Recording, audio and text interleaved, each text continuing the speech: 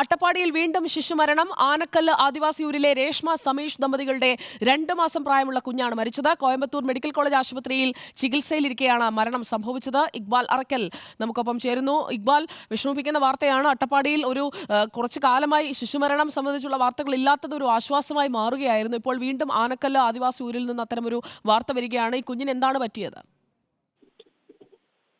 സുജിയ, തുടർച്ചയായി ഇപ്പോൾ അട്ടപ്പാടിയിൽ ഈ ശിശുമരണം നടക്കുകയാണ്. കഴിഞ്ഞ മാസം ഷോളയൂരിലാണെങ്കിൽ ഇത്തവണ ആനക്കൽ ഊരിലെ രേഷ്മ സമീഷ് ദമ്പതികളുടെ 2 മാസം പ്രായമുള്ള കുട്ടിയാണ് ഇന്ന് മരിച്ചത്. കോയമ്പത്തൂർ മെഡിക്കൽ കോളേജ് ആശുപത്രിയിൽ ചികിത്സയിലായിരുന്നു.